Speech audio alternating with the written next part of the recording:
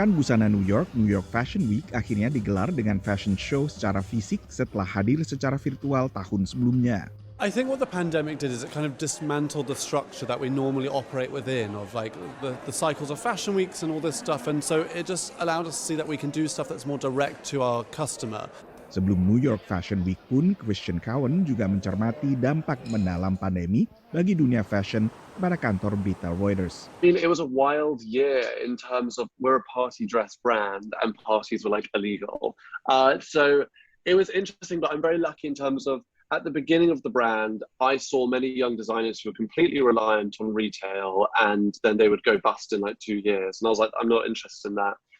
So we were never fully reliant on our sales for our cash flow. We do loads of partnerships. We do loads of collaborations. We do loads of different facets to the business. So all of those continued. So we just lost the sales component for a few months and then it came back weirdly stronger than ever. I think there's more of an appetite for exciting like true retail therapy clothes that make you feel fabulous. New York Fashion Week dan Pekan Busana selanjutnya diharap bisa menggairahkan kembali industri busana. The fashion industry has taken a huge hit. Essentially production was ground to a halt for some time. There's been a lot of supply chain problems and also just demand. And the fact that in the midst of all of this, we've really seen a turnover to online shopping. So, the entire retail landscape has changed and a lot of stores have closed. Designers are being forced to kind of think about how they can create businesses for themselves, direct to consumer, and also kind of beef up their online channels and figure out how to reach people directly. Menurut penyelenggara New York Fashion Week, banyak perubahan lain juga terjadi. We are approaching the business differently. Again, an investment in direct to consumer.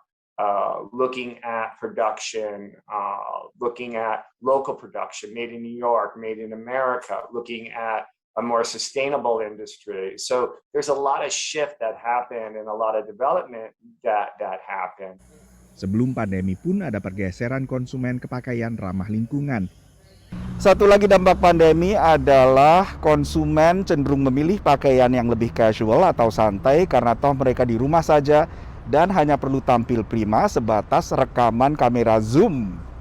Tapi dengan pelonggaran, berbagai pembatasan dan dimulainya kembali aktivitas di luar rumah, maka banyak konsumen kini juga kembali lagi memperhatikan penampilan dari kepala hingga ke kaki. Dari Washington DC, saya Nova Purwadi dan tim VOA.